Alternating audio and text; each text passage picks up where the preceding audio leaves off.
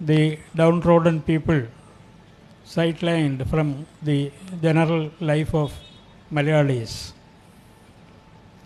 Aman Sachadev is the director of the film Opium.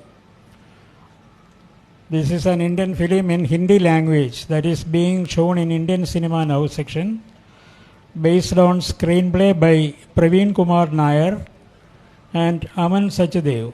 One of the producers is Lijo Jos Pallisheri. Am I right? Lijo is participating in the production. Okay.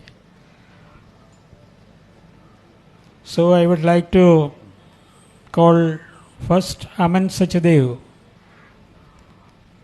director of Opium, to tell about the film and his filmmaking experience and other problems encountered by him.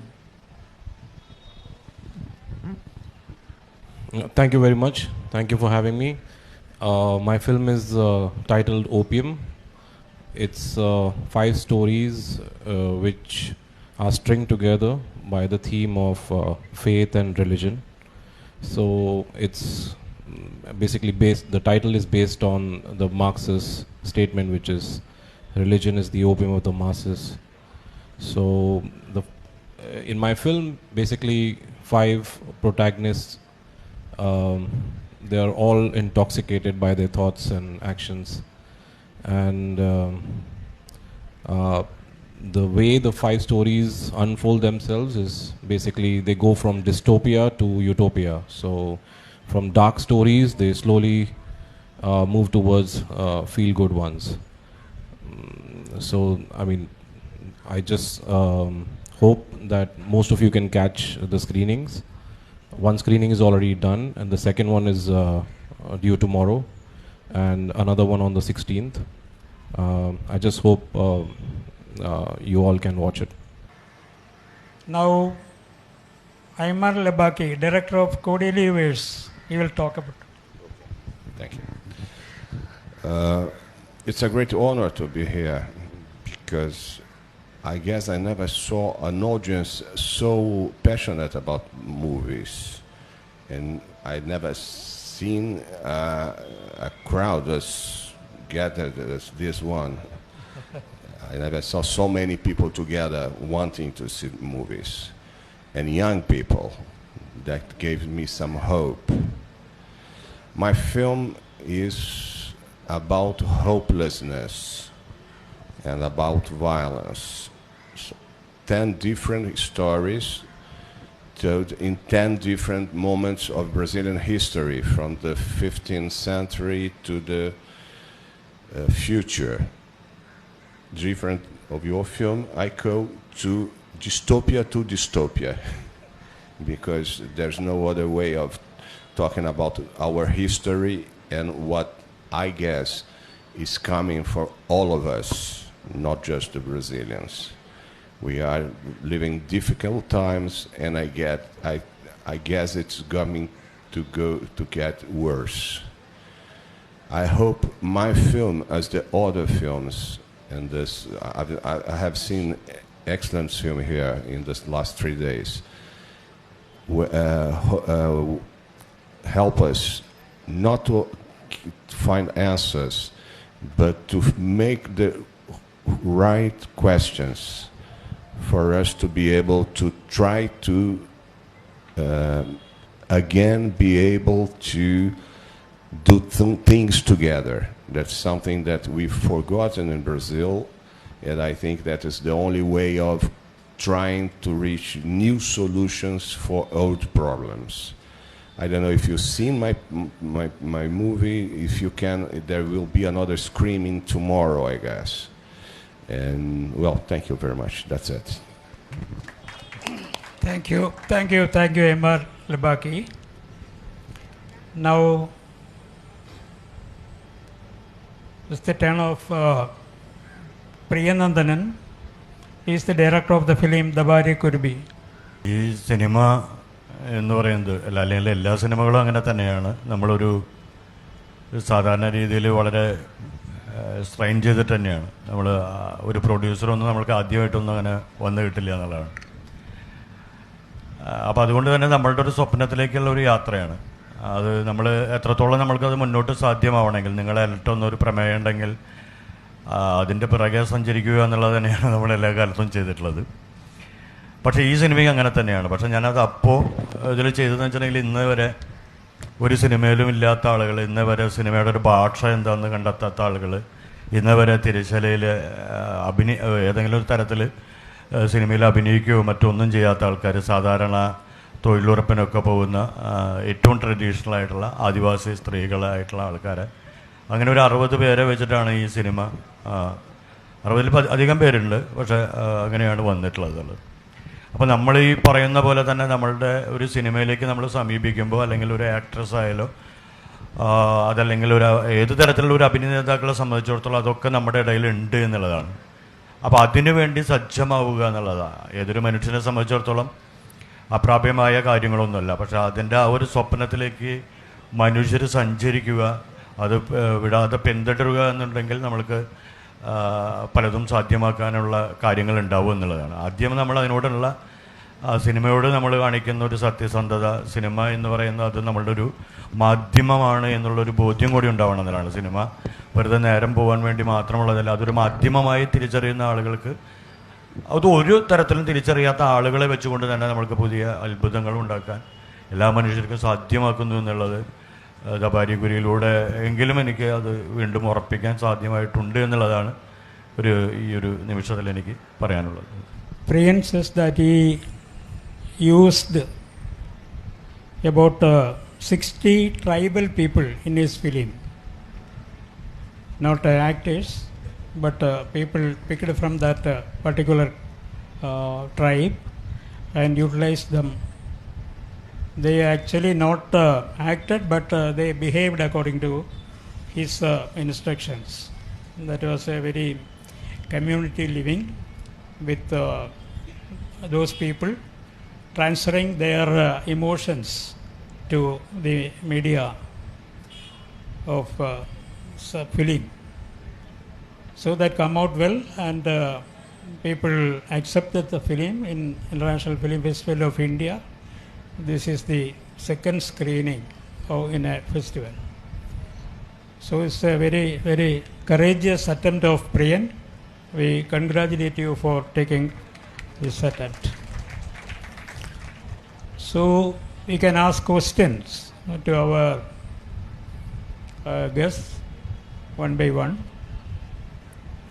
and make the session live.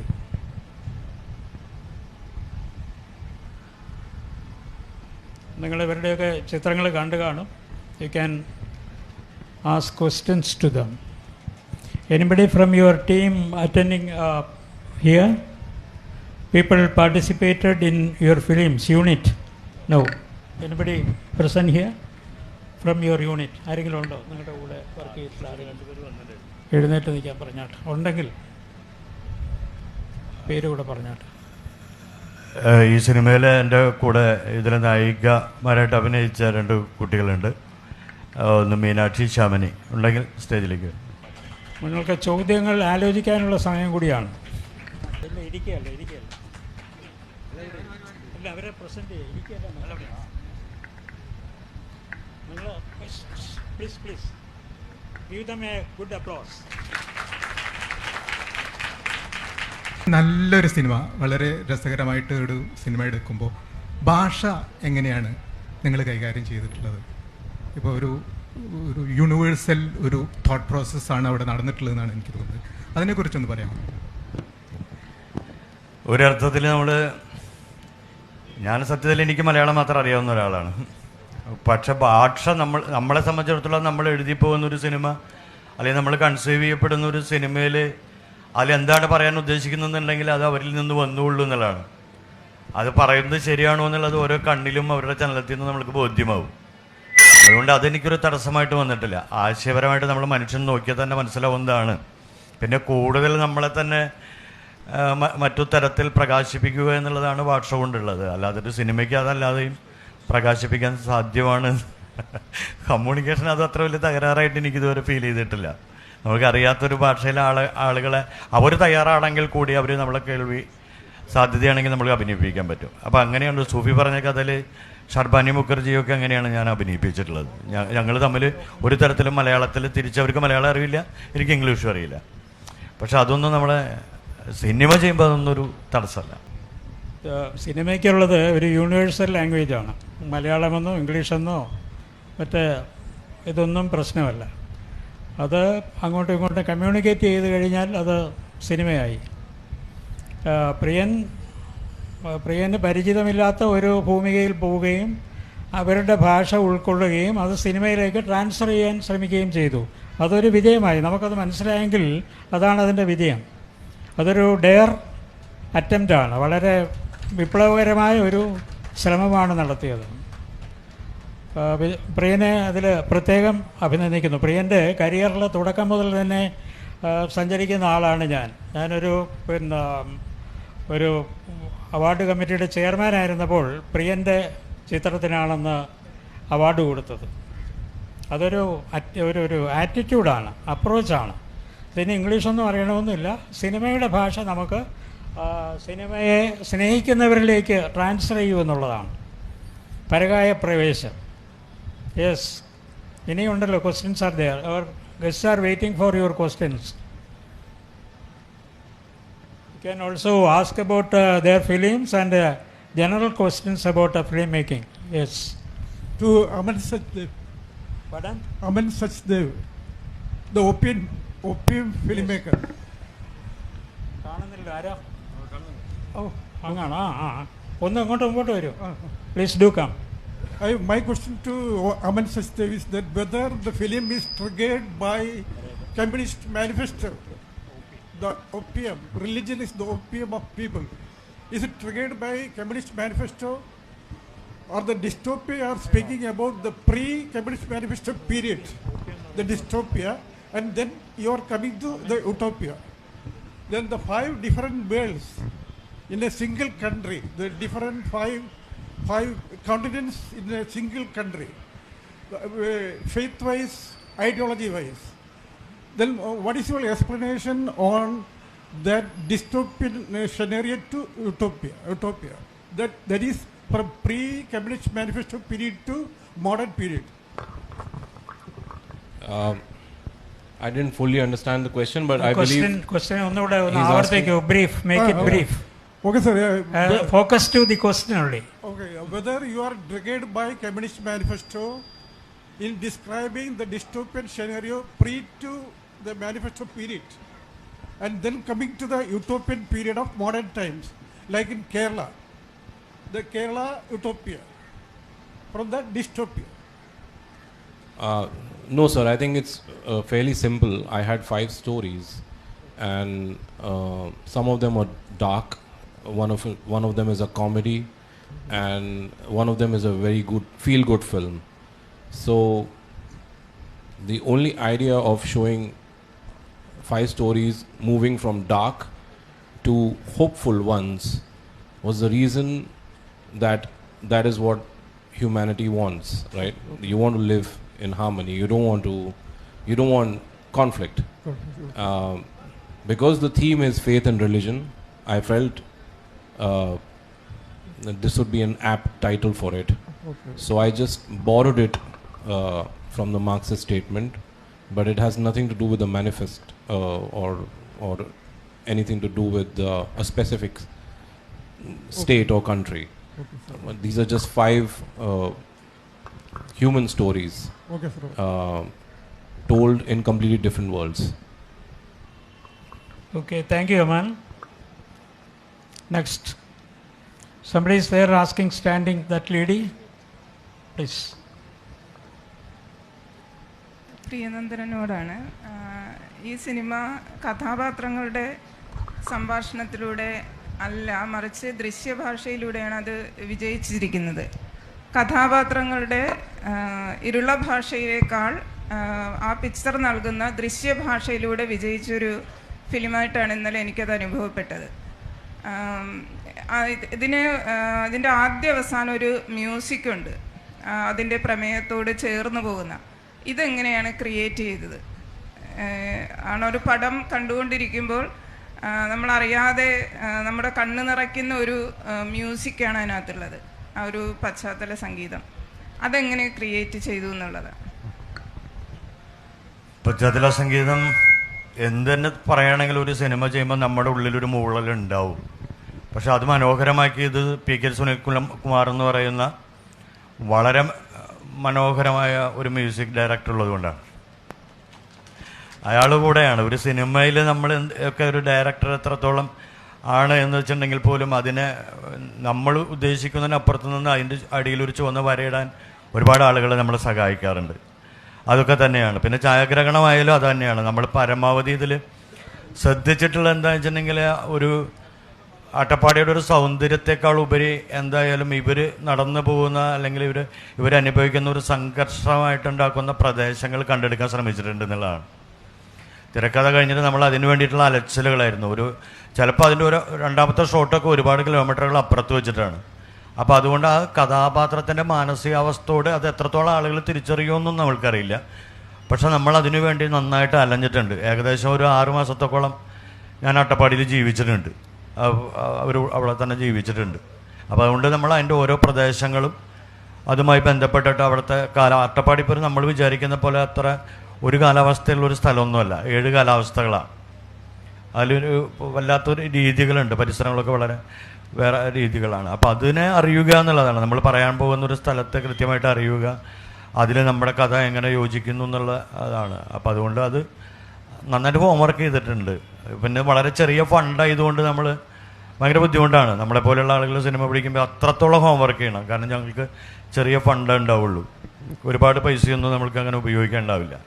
അതുകൊണ്ട് തന്നെ ഈ ലൊക്കേഷൻസിലേക്ക് പലപ്പോഴും ഈ ലൈറ്റുകൾ യൂണിറ്റുകളൊന്നും വലിയ യൂണിറ്റുകളൊന്നും ഇല്ലാതെ portable ലൈറ്റുകളൊക്കെ ജനറേറ്ററൊക്കെ കൊണ്ടുപോകുക എന്നുള്ളതൊക്കെ സിനിമ ചെയ്യുമ്പോൾ അതൊരു വലിയ സാഹസിക പ്രവർത്തനമല്ല. അത് നമ്മളോടുള്ള ഒരു ആ മാധ്യമത്തോടുള്ള ഒരു കമ്മിറ്റ്മെൻ്റ് ആയതുകൊണ്ടാണ്. അങ്ങനെയാണ് ഒരു ഹോംവർക്കാണ് നമ്മളങ്ങനെ എത്തിക്കുന്നത്. He did the film with a very limited budget and completed with the help of this tribal community, Irlar. And also the music emerged from the life of that community, the tribal people, and he scored. He had a very minimal budget with him, not for using re-recording or going to big studios for doing all those things. Everything emerged from the very theme and with the association and help of that downtrodden community. That is what he explained. Yes. I would like to call Indrasya Acharya. He is the director of the film Mist that is being shown in Indian Cinema Now section. I was planning to call him after Priyanandanan, but the discussions were diverted to another subject. So, Mr. Indrasya Acharya. Hello. Thank you very much for giving me opportunity to present my film at IFFK. Every filmmaker in India aspires to present their film in a good festival like IFFK. So finally, I am very extremely privileged to be invited as a filmmaker. For Bengali film, it's very, very difficult for a filmmaker to come out of the shadows of the legends in Bengal. The Bengali cinema has already completed 100 years.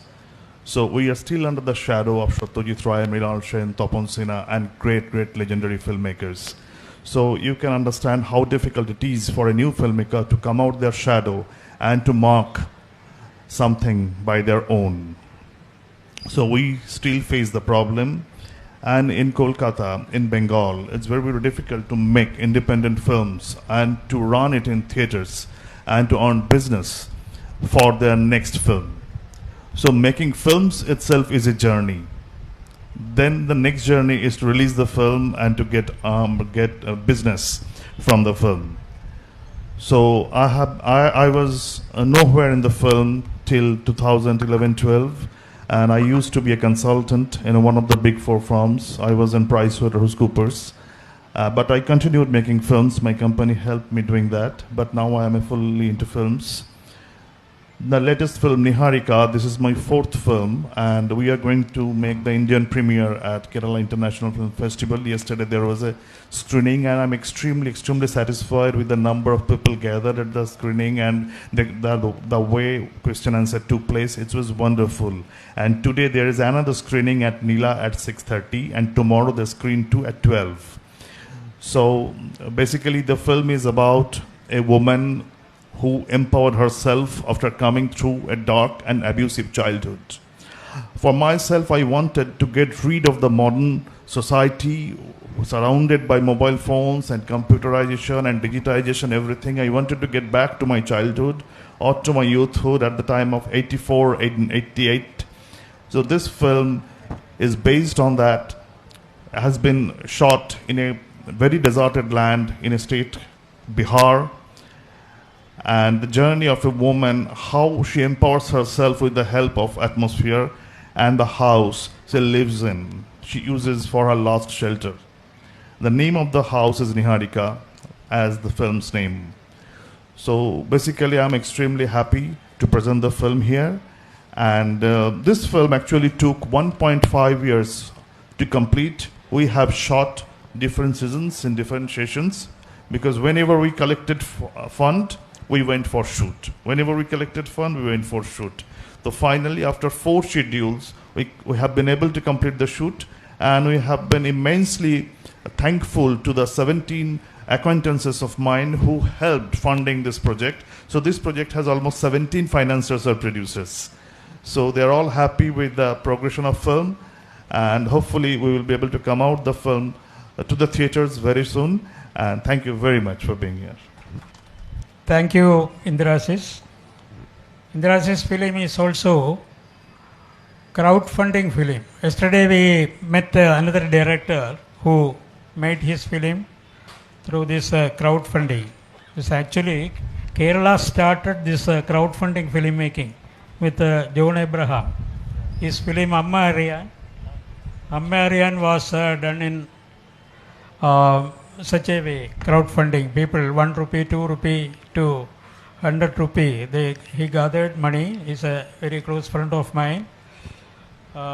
He lived near my village, and I know what struggle he met during the making of the film.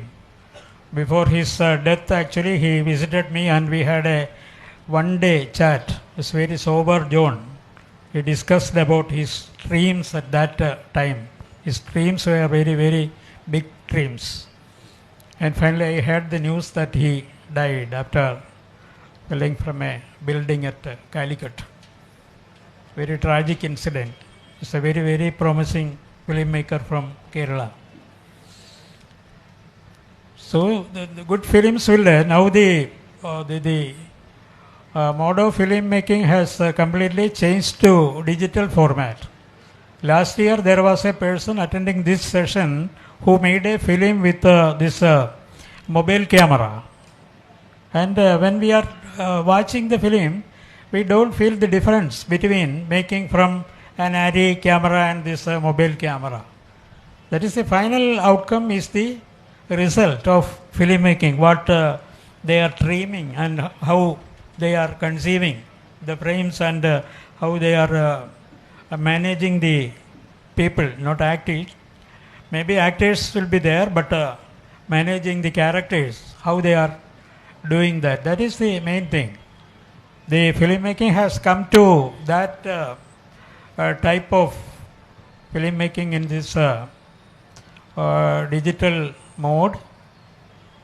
Other than this, we have totally rejected this analog type of filmmaking, using moviola and other things with a paraphernalia and other things.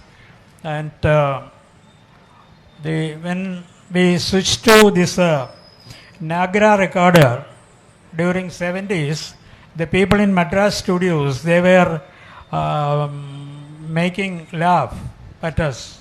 What you are going to do with this small thing where we have big instruments with us?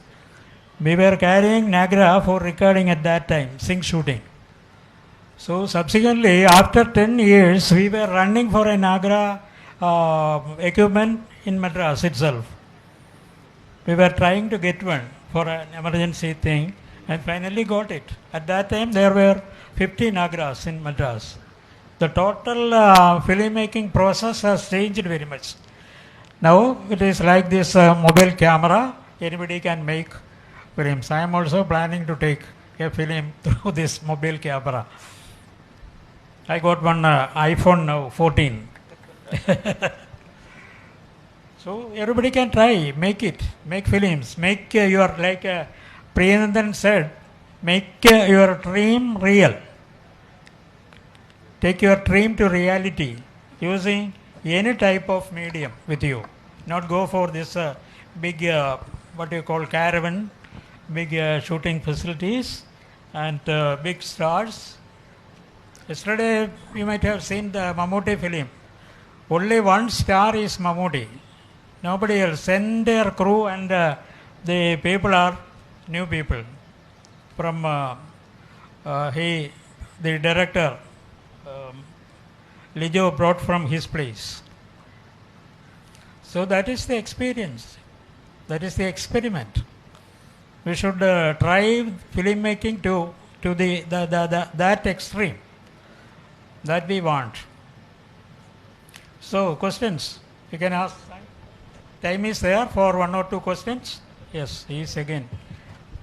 Question to Indrasis.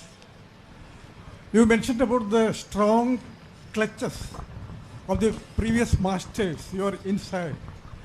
My question is regarding the directorial creativity to escape from the clutches of the predecessors. We are most often the prisoners of our predecessors. Their creativity, we are put in a trap. Like, so how you escape from the previous masters' creativity traps? That is my question. Yeah, it was my objective not to follow any of them, but to gain knowledge for the filmmaking. And the problem is not with the directors. The problem is with the audience and with the critics. Some of the critics. They always compare films. Oh, this is not like Ray's frame. This is not like Mrinal Sen's frame. So that is the most challenging factor for us, and we need to create our own signature. And we have been, a few of our directors like us have been trying to create our own signature, and that would, if we can make it happen, and that would last for years. I will ask question in Bengali. Okay, আপনারা ওইখানে West বেঙ্গলে ওই একটা film করতে গেলে পরে আপনাদের কি একটা বড় একটা ডিফিকাল্টি ফেস করতে হচ্ছে তাহলে പ്രൊഡ്യൂസറർ আপনারা বলেছিলেন সেটা কি ഡിഫിക്കൽട്ടി আপনারা ഫേസ് കോച്ചിങ് ഞാൻ ചോദിക്കുമായിരുന്നു എന്തൊക്കെ ഡിഫിക്കൽട്ടിയാണ് ഇപ്പോൾ കൽക്കട്ടയിൽ പുള്ളി പറഞ്ഞു ഒരു പ്രൊഡ്യൂസറെ കൺവിൻസ് ചെയ്യാനും മറ്റ് ഒരു ഫിലിം എടുക്കാനായിട്ട് ഒരുപാട് കഷ്ടപ്പാടുകൾ നേരിടുന്നു എന്ന് അതെന്തൊക്കെയാണെന്നാണ് ഞാൻ ചോദിച്ചത്. She is asking about difficulties in filmmaking in Kolkata. Kolkata, there are difficulties. I am giving the answer in English. There are difficulties in Kolkata. Many people complain about the shooting pattern or the protocols that one need to follow whenever you go to shoot in Kolkata, because there is different associations. And the associations have set up a rule that you have to take this minimum number of people for your film. So somebody might find it difficult. The independent filmmakers like us, yes, it's very, very difficult that you have to take 8 electricians. You have to take 5 lightmen. You have to take this amount of assistant directors. What you do not need. You do not need any light. You do not need electricity. You need to shoot at the sunlight. But you have to take. It is the norm. And if you see the other side, those the lightmen, those the electricians, they will be jobless if we do not follow the rule. And for that, I think that the rule should be optimized, the rule should be streamlined to some way. The rule is not fully in the support of director, and it's totally for the technicians. So what you have said is rightly said, that there is a problem. We have to rationalize the system, and we are into it. We have been discussing with the guild that please rationalize the system, made a load balancing. Everybody will be working in my, they will have a remuneration, but I will take them as per the requirement. So still we are in the conversation. Hopefully someday we will overcome the problem. Thank you. ഒരു കേരളത്തിലെ തന്നെ ഒരു ചെറിയ പ്രദേശത്തിൽ അവിടുത്തെ തന്നെ നടീനടന്മാരെ ഉപയോഗിച്ച് അവരുടെ ഭാഷയിൽ തന്നെ ക്രിയേറ്റ് ചെയ്ത ഒരു ഫിലിമാണ്. നടീനടന്മാരല്ല, അവിടുത്തെ മനുഷ്യർ സിനിമയിലെത്തുമ്പോഴേക്കും അവർ നടീനടന്മാരാകുന്നുണ്ടല്ലോ. ഇതിൻ്റെ ഒരു ശബ്ദ സംയോജനത്തെ പറ്റിയിട്ടാണ് ഞാൻ ചോദിക്കുന്നത്. ഇപ്പോൾ സാധാരണ നമ്മൾ കളർഫുള്ളായിട്ടുള്ള സിനിമകളിൽ കാണുന്ന പോലുള്ളൊരു ശബ്ദ സംയോജനമല്ല. ഇപ്പോൾ കാട്ടരുവി ഒഴുകുന്ന സൗണ്ടായാലും, ഒരു മഴത്തുള്ളി വീഴുന്നതായാലും, ഒരു പക്ഷിയുടെ ശബ്ദമായാലും, ഒരു ചിലങ്കയുടെ ശബ്ദമായാലും വളരെ നാച്ചുറലായിട്ടാണ് നമുക്ക് ഫീൽ ചെയ്യുന്നത്. ഇതെങ്ങനെ ഡബ്ബിംഗ് ആണോ, ഇതെങ്ങനെയാണ് സാധ്യമായതെന്നുള്ളതാണ്. പിന്നെ ഒരു ക്വസ്റ്റ്യൻ കൂടി കോസ്റ്റ്യൂംസിനെ പറ്റിയാണ്. സാധാരണ മെയിൻ ക്യാരക്ടർ പോലും സാധാ ചുരിദാർ ഇട്ടുകൊണ്ട് അഭിനയിച്ചുകൊണ്ടിരിക്കുന്നു. ലാസ്റ്റ് ആകുമ്പോഴത്തേക്ക് പെട്ടെന്ന് തന്നെ കോസ്റ്റ്യൂംസ് എല്ലാം മാറി വളരെ വൈറ്റിലേക്ക് മാറുന്നുണ്ട്. അപ്പോൾ ഈ ഒരു ഇതെങ്ങനെയാണ് അങ്ങനെ ഒരു പെട്ടെന്നുള്ളൊരു ചേഞ്ച് ആ കോസ്റ്റ്യൂംസിനെ സംബന്ധിച്ചിട്ടുള്ള കാഴ്ചപ്പാട് എന്തായിരുന്നു? നാച്ചുറൽ സൗണ്ട്സ് നാച്ചുറൽ തന്നെയാണ്. നാച്ചുറൽ സൗണ്ട്സ് ക്രിയേറ്റ് ചെയ്യാൻ ഒക്കുകയല്ല. ക്രിയേറ്റ് ചെയ്യുമ്പോൾ വേറെ ക്രിയേറ്റഡ് സൗണ്ടായിട്ട് മാറും. റിയൽ അതാണ് അതിൻ്റെ ഒരു ഹൃദയം. അതെ, ഡബിങ്ങിലായിരുന്നു. ഞാനൊരു ഉദാഹരണം പറയാം. കൊടിയേറ്റം എന്ന് പറയുന്ന സിനിമ നിങ്ങൾ കണ്ടിരിക്കും. അതിന് ബാക്ക്ഗ്രൗണ്ട് സ്കോറിംഗ് ഇല്ല, പശ്ചാത്തല സംഗീതമില്ല, ഒൺലി നാച്ചുറൽ സൗണ്ട്സ്. ഒരു ട്രാക്ക് പൂർണ്ണമായിട്ട്, ഞാൻ അതിൻ്റെ അസോസിയേറ്റ് ആയിരുന്നുകൊണ്ട് പറയുകയാണ്, ഒരു ട്രാക്ക് പാരലായിട്ട് പോവുകയാണ് നാച്ചുറൽ സൗണ്ടിൻ്റെ. അപ്പം ഇത്തരമൊരു ബാക്ക്ഗ്രൗണ്ട് സ്കോറിങ്ങിൻ്റെ സാന്നിധ്യം ഈ നാച്ചുറൽ സൗണ്ടിൻ്റെ പ്രകടമായ റെക്കോർഡിംഗ് കൊണ്ടും അതിൻ്റെ സന്നിവേശം കൊണ്ടും പ്രേക്ഷകർക്ക് തോന്നുകയില്ല. അത് നമ്മളതുമായിട്ട് ലയിച്ച് തീരും. നമ്മുടെ അടുത്തുള്ള കാക്ക കരയുന്നതും നമ്മുടെ ജീവിതത്തിലുള്ള അരുവി പോകുന്നതിൻ്റെ അടുത്തൂടെ പോകുമ്പോൾ we will transfer to that atmosphere, ആ ഫീൽ വി വിൽ ഗെറ്റ്. മറ്റേതൊക്കെ ചെയ്യാം, ഡയലോഗൊക്കെ നമുക്ക് ഡബ് ചെയ്യുകയും എടുക്കുകയും ഒക്കെ ചെയ്യാം, മ്യൂസിക് കൊടുക്കാം. പക്ഷേ നാച്ചുറൽ സൗണ്ടിൻ്റെ കാര്യം that should be natural, not we cannot create artificially. May be people creating artificial, not in Indian context, I think. It is in Hollywood they may be creating artificial sound. But you feel the difference between natural sound and artificially created natural sound. Pretending to be natural sound. Yes, please. Priyanandanan സാറിനോടാണ് ഈ ചോദ്യമേ. ഇപ്പം നമ്മൾ കഴിഞ്ഞ ദിവസങ്ങളിൽ പത്രമാധ്യമങ്ങളിലൂടെ അറിഞ്ഞിരുന്നു, ഒരു പൂർണ്ണ ഗർഭിണിയെ കിലോമീറ്ററുകൾ താണ്ടിയാണ് ഒരു പ്രസവവേദന എടുത്തിട്ട് കൊണ്ടുപോകാനായിട്ട് കഴിഞ്ഞത്. അപ്പം ഇത്തരത്തിലുള്ള അനുഭവം, അവിടെ താമസിച്ച് ഒരുപാട് കാര്യങ്ങൾ പഠിച്ചതിന് ശേഷമായിരിക്കും സിനിമ ചെയ്തിരിക്കുന്നത്. ഇത്തരം എന്തെങ്കിലും ഒരു അനുഭവം ആ ഒരു സിനിമ എടുക്കുന്ന സമയത്തുണ്ടായിരുന്നു?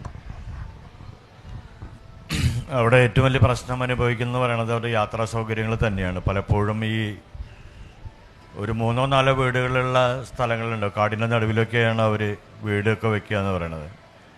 അപ്പോൾ അതിലേക്കുള്ള യാത്രാ സൗകര്യങ്ങൾ വളരെ ബുദ്ധിമുട്ടാണ്. മെയിൻ റോഡിലേക്ക് എത്തുക എന്ന് പറഞ്ഞു കഴിഞ്ഞാൽ ചെറിയ പണിയല്ല.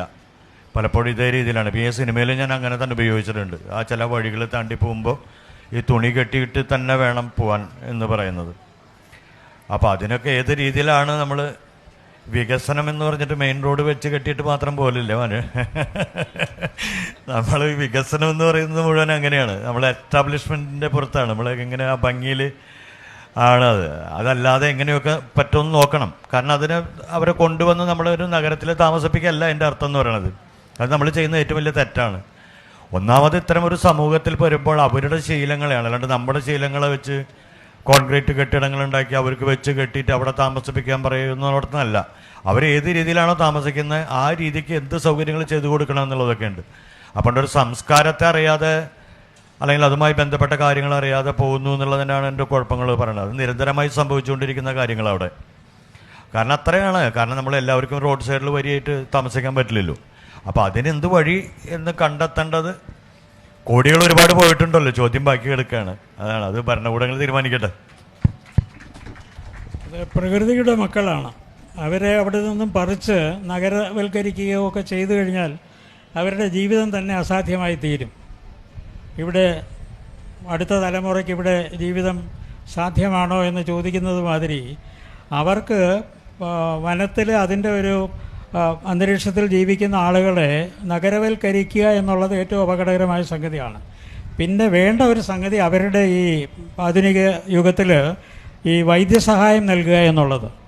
നമുക്കറിയാം കേരളമാണ് ഇൻഫൻറ്റ് മോർട്ടാലിറ്റിയിൽ ഏറ്റവും കുറവ്, ശിശുമരണ നിരക്കിൽ ഏറ്റവും മുന്നിൽ നിൽക്കുന്നത് കേരളമാണ്. ഞാൻ അതിൻ്റെ സ്റ്റാറ്റിസ്റ്റിക്സ് കൈകാര്യം ചെയ്ത ഒരു വ്യക്തിയാണ്, being the director of economics and statistics.